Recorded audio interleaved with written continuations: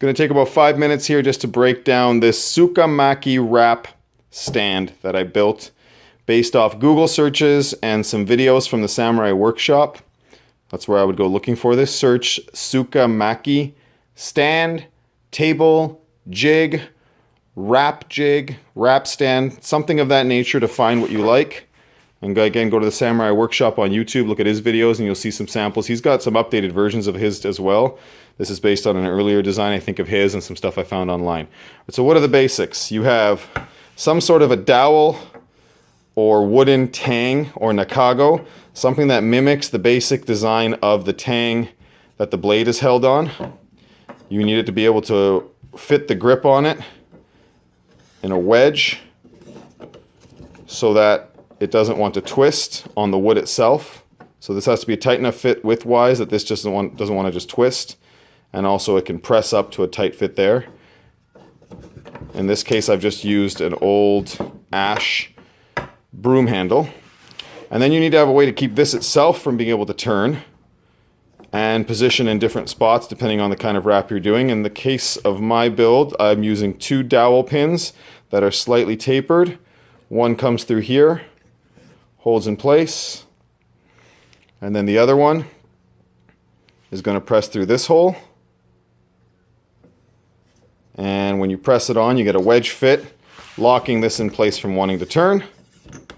You can adjust this before you adjust the angle of this before you tighten it down to keep it locked up.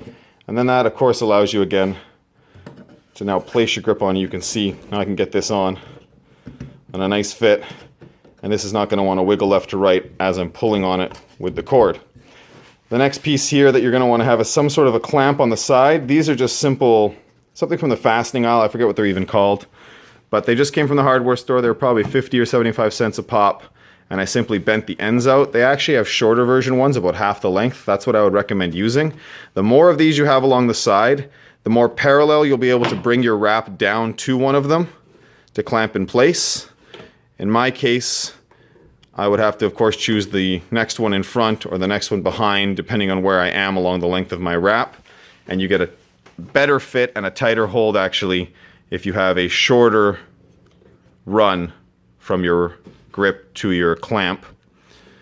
Especially with Itomaki, because you've got the diamond work going on top, and you've got Hishigami hopefully in there, and you're trying to make sure that everything is folded properly. Being able to keep things as parallel per layer around down to where you tighten it down when you're taking a break helps keep everything clean up top and your layers matched up evenly along the length of the Tsuka. So what you would basically do is work this, wrap it around, bring it down, and when it's time to take your break, just clamp it in place. There you go. And you've got your second set of hands. Now there's a set of these on each side, of course. So if you're working 2-cord wrap, you can hold them down on both ends.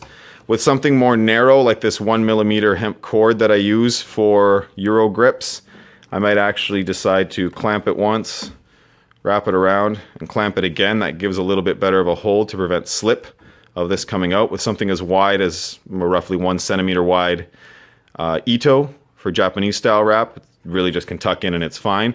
This is a very useful tool to have for any kind of handle wrapping.